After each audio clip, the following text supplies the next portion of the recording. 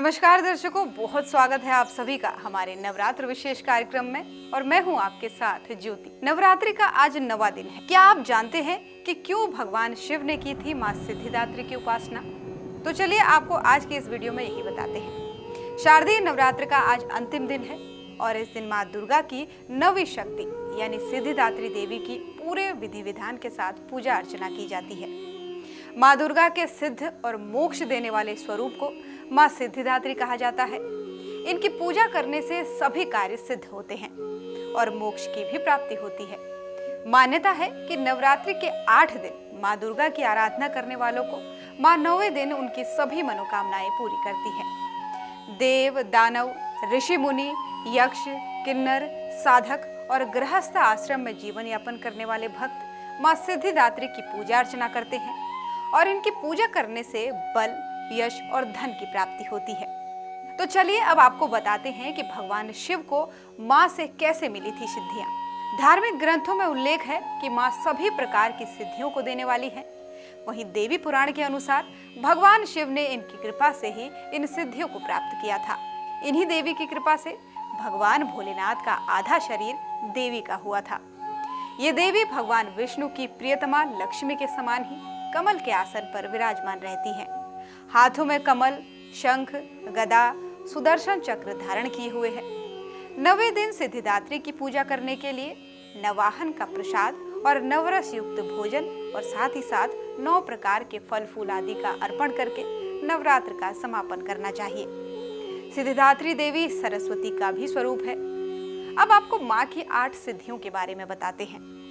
दोस्तों, पौराणिक कथाओं के अनुसार अणिमा, महिमा, गरिमा, लघिमा, प्राप्ति, प्राकाम्य, ईशित्व और वशित्व के 8 सिद्धियां हैं।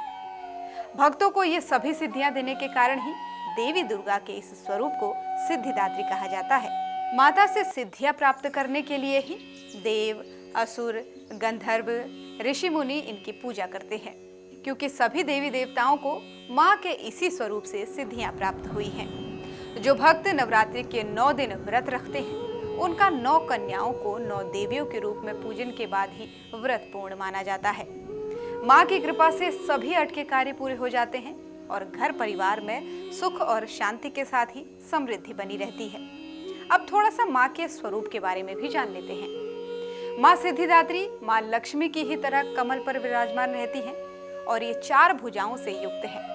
इनकी दाहिनी तरफ के नीचे वाले हाथ में कमल पुष्प और ऊपर वाले में शंख है। वहीं बाएं तरफ के नीचे वाले हाथ में गदा और ऊपर वाले हाथ में चक्र है। माँ दुर्गा ने इस रूप में लाल वस्त्र धारण किए हुए हैं। वहीं कन्या पूजन का इस दिन विशेष महत्व है। अब ऐसे में ये जानना बहुत जरूरी है कि कन्या पूजन कैसे किया जाए। तो चलिए आपको ये भी बताते हैं। कन्या पूजन के लिए आ रही कन्याओं को माता का स्वरूप माना जाता है।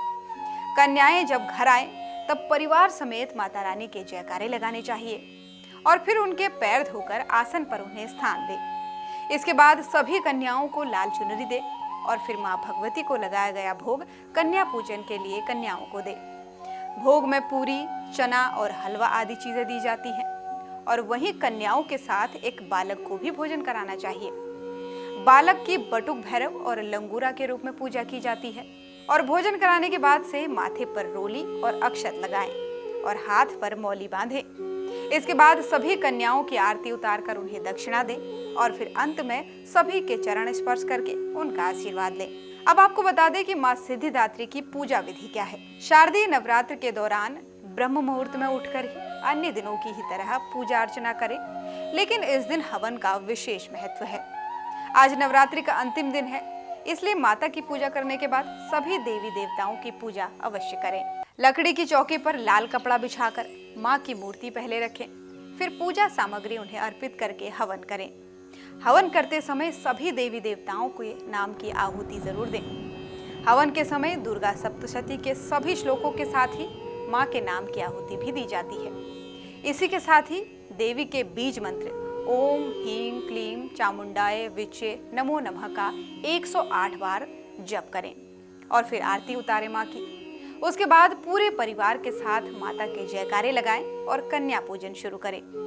माँ सिद्धिदात्री को भोग में आप हलवा और चना जरूर चढ़ाएं, क्योंकि इसका विशेष महत्व है। इसी के साथ ही पूड़ी, खीर, नारियल और मौसमी फल भी अर्पित कर सकते हैं। अब आते हैं माँ की कथा पर। पौराणिक कथा के अनुसार भगवान शिव ने माँ सिद्धिदात्री की कठोर तपस्या कर 8 सिद्धियों को प्राप्त किया था। माँ सिद्धिदात्री की अनुकंपा से ही भगवान शिव का आधा शरीर देवी रूप में परिवर्तित हो गया था और वो अर्धनारीश्वर कहलाए। माँ दुर्गा के 9 रूपों में ये रूप अत्यंत ही शक्तिशाली रूप है।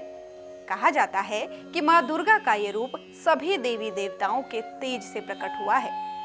कथा में वर्णन है कि जब दैत्य महिषासुर के अत्याचारों से परेशान होकर सभी देवतागण भगवान शिव और भगवान विष्णु के पास पहुंचे, तब वहां मौजूद सभी देवतागण के शरीर से एक तेज उत्पन्न हुआ और उसी तेज से एक दिव्य शक्ति का निर्माण हुआ, जिसे माँ सिद्धिदात्री कहा जाता है। तो माँ सिद्धिदात्री की अनुकंपा से आप सभी भी खुश रहे, इसी मनोकामना के साथ आज के हमारे इस खास कार्यक्रम में बस इतना ही। जय माता दी।